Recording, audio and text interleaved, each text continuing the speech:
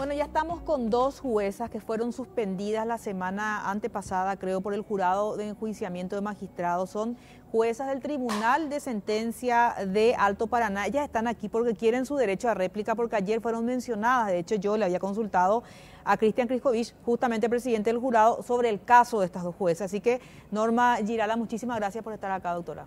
Gracias a usted y por sobre todas las cosas por darnos esta oportunidad de contar también nuestra verdad. Y por otro lado también la doctora Mirta Aguayo, muchas gracias doctora por estar acá. Gracias a usted. Bueno, vamos a empezar por el comienzo, Norma. En tu caso, ¿cómo empieza todo esto? ¿Este es por qué fueron suspendidas? ¿El caso en sí cuál era? Bueno, vamos a partir de que se trata de un caso de una persona que recibió un disparo de arma de fuego. 3 o 4 días después se inicia una investigación fiscal.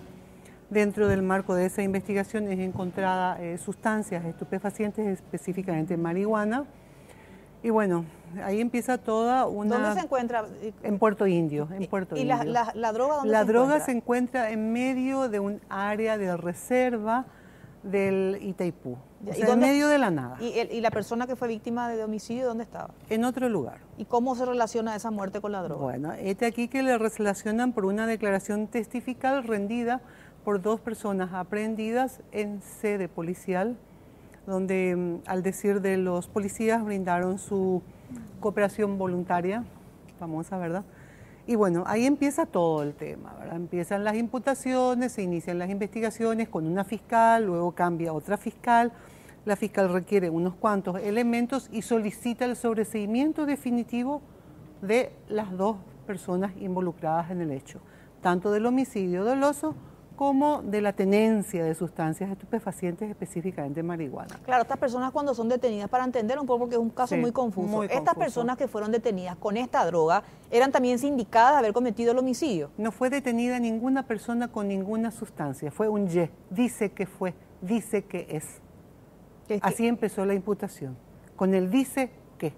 Jamás ni una persona, o sea, el Ministerio Público no ha ofrecido una sola prueba que se haya desarrollado en el juicio que diga fulano de tal le disparó a Solís, sino que todo lo contrario. Las pruebas aportadas por el Ministerio Público indicaron en juicio y desarrolladas en juicio indicaron de que Solís recibió un disparo de arma de fuego proveniente del monte y que las 2 personas que estaban con él, testigos presenciales de hecho, así lo ratificaron y consta en un primer acta labrado. Es más, la primera persona sindicada como supuesto autor del hecho es la que, según todos los testigos declaran en juicio, yo no puedo dar fe, yo declaro, o sea, yo solamente te comento lo que consta en juicio. Sí. En el juicio declararon todas las personas y dijeron, no fue fulano el que le disparó a él. Fulano fue el que se fue y le trajo, le alzó en su camioneta y le llevó y le auxilió. Le auxilió. Entonces, ¿qué es lo que nosotros Pero tenemos? ¿y la droga dónde entra ahí? La droga entra ahí cuando empiezan los actos de investigación de homicidio tras levantarse la ciudadanía de Puerto Indio en reclamo del derecho, va toda la policía de investigaciones, de homicidio y todo lo demás. Entonces ahí circunstancialmente, te repito y remarco eso, encuentran la sustancia marihuana en medio del área de reserva. O sea, no existe tenencia porque nadie tenía en su poder, sino que 2 personas que fueron detenidas declararon que eran de Prisco Villar o de Diosnel López. Así empezó la investigación. Y que estas personas también tenían supuestamente relacionamiento con el asesinato. No, eran los testigos presenciales del hecho. O sea, los testigos también eran los acusados por tener la droga. Los testigos también eran los acusados y los testigos... Pero esto es una telaraña. Claro, es una telaraña inentendible a la que empiezan a dar una trama bastante maliciosa y dando a entender ayer de que nosotros como miembros del Tribunal de Sentencia obviamos pruebas para blanquear a estos 2 procesados, cuanto que lo que hicimos justamente es valorar todas las pruebas en forma armónica, empezando desde un acta, otra acta y todo lo demás, ¿verdad? Es más, trajimos a los testigos del acto y los testigos del acto creo que eran señores de 70 años más o menos, decían, no fue así, fue de tal manera. ¿Qué decían ellos, por ejemplo? De que no tenían ninguna vinculación estas 2 personas con la tenencia. Es más, dijeron que inventaron esa acta porque ellos no estuvieron cuando se encontró la droga y menos aún estuvieron cuando prestaron su declaración voluntaria en sede policial como indagatoria, sin presencia de abogados, estos dos detenidos. ¿Qué pasó luego? Las dos personas se presentaron ante la Fiscalía con abogados y declararon de que fueron torturados para declarar e involucrar a estas otras dos personas. Entonces la fiscal dice, no, cayó toda la imputación. Requiere el sobreseimiento definitivo. Esta es la fiscal que está también, que fue removida del cargo con nosotros por requerir el sobreseimiento definitivo. ¿Quién era la fiscal, para recordarlo? Mónica La Rosa. Ella, cuando se percata que supuestamente no existen esas pruebas, claro, a ella también la... Claro. O sea, ella dice, bueno, acá no se hizo ninguna actividad probatoria en los primeros actos de investigación, no se hizo la necropsia, no se hizo la extracción de bala, por decirte, como que no intervino nadie en el levantamiento de cadáver. Este señor no se colectó ningún acto investigativo en la primera etapa que pueda sostener una imputación o una acusación fiscal. Esa droga, esa marihuana que se encuentra en el medio del monte, ¿se encuentra ahí solamente tirado en el monte, en una casa, en una choza? Estaba en medio del monte escondida. ¿Pero dentro de qué? Dentro de un área de reserva, en la casa de nadie, en el área de reserva de Itaipú. Y aquí que vale la pena aclarar, porque escuché ayer que hablaban de cocaína, de ollas, de cacerolas. Eso es mentira, es falso, de falsedad absoluta. Creo que ese era el otro caso que me hablaba Criscovich. El otro caso en donde se habló de que la cocaína se convirtió en harina de otras juezas, creo que eso era. Creo que hablamos de dos temas ahí, el de ustedes y el de otras. Sí, ¿verdad? La verdad que mezcló todo. Se mezcló porque le consulté realmente por todos los temas, ¿verdad? Pero para aclarar nomás aparte, doctora. Ahora, en el caso de la doctora Mirta Aguayo, usted está en calidad también de suspendida porque formaba parte de este mismo tribunal. Exactamente, del mismo tribunal de sentencia número 2. Con la doctora Norma Girales y la doctora Carmen Barrios, quien a la fecha se encuentra ya fuera del Poder Judicial, teniendo en consideración de que ella ha renunciado al cargo. ¿Por qué renuncia al cargo ella? Por motivos familiares. Ella hace un año o 6 meses, un año aproximadamente, ella ha renunciado. Pero luego de esta suspensión que le da, de esta investigación, mejor dicho, que le empieza al jurado. Luego del inicio, meses después. Sí, meses después. Fue meses después que ella renuncia. Ella ya tenía muchísima antigüedad, ella fue primer miembro del tribunal de sentencia, creo que tenía más de 18 años solamente como tribunal de sentencia, más otros cargos, o sea, por eso. Ya. ¿Y ustedes, quién las denuncia ante el jurado? ¿El propio jurado toma de oficio esta denuncia? Nadie, realmente empieza con una publicación bastante sugestiva, con un título bastante sugestivo de aquella época. Oviedo Mato toma esa declaración, solicita nuestra investigación preliminar. Vinimos, la primera vez fuimos oídas por el antiguo jurado de enjuiciamiento, cuando eso presidido por González Daer. Sí. Y recuerdo que en esa oportunidad fuimos oídas, fue la única vez que fuimos oídas, y que había dicho González Daer, Oviedo Mato. Porque Oviedo Mato, el ex senador del UNACE, que era representante del Senado ante el jurado. Sí, él había dicho, acá hay 3.000 kilos de marihuana y un muerto y nadie se hace cargo. Y yo le había contestado en esa oportunidad, y sigo contestándole también a Criscovich, de que nosotros, miembros del Tribunal de Sentencia, no podemos hacernos cargo ni asumir una actitud ante una ineficiencia de la actividad investigativa. Nosotros, como Tribunal de Sentencia, recibimos una acusación, se admiten las pruebas y diligenciamos las mismas dentro de un juicio oral. Si el Ministerio Público no logra destruir el estado de inocencia de una persona, es imposible que sea El Ministerio condenado. Público, ¿quién era la fiscala que hizo la acusación en contra de los dos detenidos? A partir de la base que acá pasaron 3 fiscales. La primera fiscal que empezó la investigación, por así llamarlo, fue Raquel Fernández, que llamativamente nunca fue investigada hasta ahora, la etapa final. Raquel Fernández es la que estuvo involucrada en ese audio famoso con Fernández Lipman, donde hablaba de meterles la patada a los miembros del tribunal. Raquel Fernández, claro. Ella no está suspendida. Ahora, cuando nos destituyeron, decidieron por fin de que ella Ayer justamente me decía que fue destituida. Sí, ahora. Justamente ahora. Suspendida en este caso sería, ¿verdad? Todavía el juicio la debe continuar con ella, ¿verdad? Sí, pero eso es lo contradictorio de todo esto. ¿Quién es el responsable al final? La primera fiscal que no logró recolectar las informaciones básicas, la segunda fiscal, que es la que requirió el sobreseimiento definitivo, los miembros del tribunal que, digamos que dentro de nuestras facultades valoramos las pruebas con la sana crítica, haciendo uso de nuestra ciencia y conciencia, y determinamos de que no había mérito. La fiscalía no pudo demostrar quién realizó el disparo al hombre que murió. No pudo, por el contrario. La prueba que aportó la fiscalía, y hablo de la fiscalía porque la defensa no aportó ninguna. Si yo busco prueba. En el expediente no voy a encontrar ningún tipo de... Ninguno. Te traje acá. Y en el caso de la droga tampoco se pudo comprobar quién es el dueño de esa marihuana. Tampoco, porque los dos únicos testigos presenciales del hecho y las dos personas quienes manifestaron desde el inicio y consta en el acta de procedimiento, en donde estas dos personas les indica a los dos acusados de ser propietarios de la sustancia. El día del juicio oral, la representante del Ministerio Público desiste de la declaración de estos dos únicos testigos presenciales. Y con eso cae toda la acusación. ¿Y cuál es el motivo por el cual desiste de esa declaración? Desiste porque presentaron un escrito los testigos diciendo de que estaban en el Brasil y que no podían venir a juicio.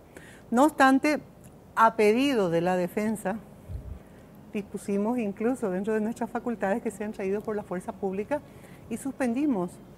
La fecha de audiencia. Claro, sí. Íbamos suspendiendo, o sea, disponíamos realmente los recesos diarios para dar continuidad y tener la oportunidad de traer más y más testigos.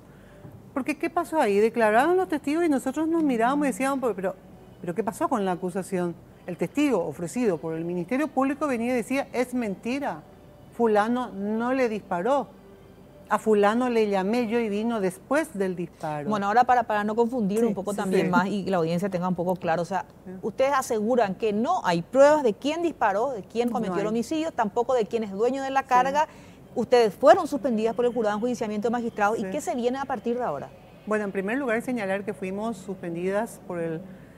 En primer lugar no fuimos suspendidas, sino que se inicia un enjuiciamiento. Un enjuiciamiento que tiene ya un antecedente bastante irregular. Pero ustedes están suspendidas en sus funciones. No, removidas ya. Removidas. En un proceso inquisitivo en donde se nos ha vedado la posibilidad de ustedes hoy no son jueces, ya no. No, seguimos siendo juezas porque la Corte Suprema de Justicia, la Corte Suprema de Justicia es la que tiene la última palabra, la que tiene ahí que está, decidir. para quedar un poco claro, porque confunde un poco eso que el jurado destituye, las remueve, pero finalmente la Corte es la que tiene que decidir. Es la que tiene que ser efectiva. Cuando el jurado saque una resolución final. Ya sacó. Ya sacó. ¿Y de la investigación ahí mismo está todo también? Sí, digamos que sí. De la investigación de ellos, porque no te vayas a olvidar que es un proceso oficioso, inicia con una acusación del mismo jurado de enjuiciamiento de magistrados, ellos reciben las pruebas, ellos juzgan las pruebas, ellos se erigen luego en jueces para aplicar una sanción. Ahora, por último, como dice la doctora Mirta, terminan aplaudiendo su resolución porque es todo. Ellos... dentro de un sistema totalmente inquisitivo que solamente está en la cabeza del presidente del jurado, porque es el dueño del proceso, digamos, al ser presidente, imprime ese límite, apartándose totalmente de su propia ley especial, que es el que delinea o delimita cuáles son las funciones y cuáles son los pasos a seguir. Ahora, doctora Mirta, ustedes presentaron esto ante la Corte. ¿La reconsideración sería o una denuncia ya en contra del jurado? Yo he presentado la acción de inconstitucionalidad en contra de la sentencia del jurado de enjuiciamiento de magistrados por arbitraria e inconstitucional, por haberse violado totalmente el debido proceso, el derecho a la defensa, el principio de imparcialidad, como estuvo explicando la doctora Norma, en donde el jurado se erige en acusador sin tener una ley que le respalde en forma totalmente ilegal. Se erige en acusador, nos juzga, luego dicta sentencia. ¿Ustedes no fueron llamadas a ser oídas por este jurado? Ese es el tema, no fuimos llamados. Eso es una de las graves violaciones, porque imagínate nada más que empezamos el juzgamiento con el antiguo jurado. Y ahí fueron llamadas. Ahí fuimos llamadas. ¿Y no sería esa la única vez? Fecha 10 de octubre del 2017, y te quiero mostrar esta resolución. Sí. ¿Por qué? Porque fue el primer acto nulo dentro de este proceso, porque es una resolución antedatado. A ver si podemos, para tener por lo menos una por idea. favor. ¿Qué es, para hacerla un poco, Esta es qué dice la resolución por la cual dispone el enjuiciamiento, nuestro enjuiciamiento. Lleva fecha 10 de octubre del año 2017. En base a esta resolución es la que yo formulo una denuncia ante el Ministerio Público sobre el hecho de que no lleva la firma del presidente del Jurado de Enjuiciamiento de Magistrados, en aquel entonces era González Daer, no lleva la firma de otro de sus miembros, miente Kriskovich cuando dice que lleva la firma de los 8 miembros, basta contar y se da cuenta que lleva 5 firmas, la sexta es la firma de un secretario que da fe, el secretario es fedatario, que da fe que se firma esta resolución en fecha 10 de octubre del 2017. Sin embargo, ese secretario es nombrado recién. ¿Qué quiere decir eso? César Quintana es nombrado el 13 de enero del 2018. ¿Y cómo él pudo dar fe de una resolución firmada por algunos de sus miembros que no está en forma coincidente con quienes intervinieron en ese acto? Él todavía no era secretario. No era secretario. No. Entonces, ¿cómo pudo haber firmado una resolución del 10 de octubre del 2017, cuanto que fue designado en enero del 2018? ¿Esa es la denuncia que ustedes hacen? Esa es la denuncia concreta que yo formulé ante el Ministerio Público. Lo del secretario Público. Y lo de que falta la firma del presidente. No, es una producción de documentos de contenido falso. Es esa la denuncia que había formulado. Posiblemente esta resolución salió a partir del 13 de enero en que fuera designado el doctor Quintana para adelante. Salió la resolución, firman los miembros, refrenda el actuario, antedatan a agosto del 2017. Octubre del 2017.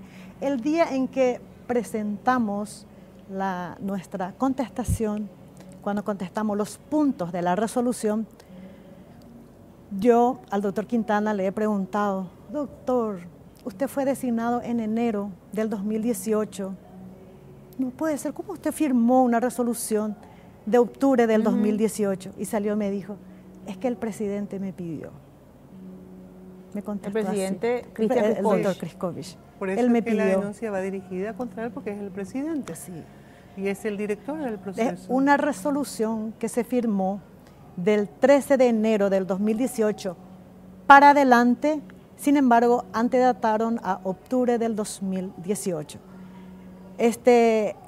Precisamente por eso la Fiscalía debería de llamar al presidente del jurado de la época de octubre del 2018, el doctor González Daer, a fin de que él explique por qué no firmó esta resolución. ¿Por qué el doctor Oviedo Mato no firmó esta resolución?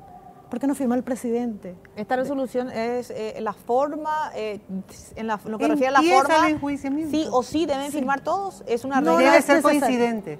¿Cómo? Coincidente con quienes intervinieron en el acto. Si en esa sesión de fecha 10 de octubre del 2017 intervino González Daer, me consta, nosotros ahí habíamos presentado nuestro... Como presidente, estaba incluso Oviedo Mato. Claro, su firma tenía que estar. Tenía que estar. Y el actuario... El actuario era Rodrigo Estigarribia Midey, no era como dijo ayer el presidente, que era Fernández Lippmann. No. La única vinculación que tiene Fernández Lippmann con nuestra causa es el famoso audio donde dicen: vamos a hablar con fulano y fulano, con Raquel Fernández, y vamos a meterle la patada final, cosa que a ustedes le iban a meter la patada final. Sí, tenemos grabado. Está el audio. Está el audio. Sí, yo recuerdo porque yo pasé acá eso, ¿verdad? Sí, muy publicitado. Ahora, ¿qué creen entonces que significa la reacción del doctor Cristian Kriskovich? Es una cuestión personal con ustedes. ¿Cuál es el trasfondo si efectivamente no es cierto lo que él le está diciendo ahora y esos documentos efectivamente son así como ustedes están mostrando?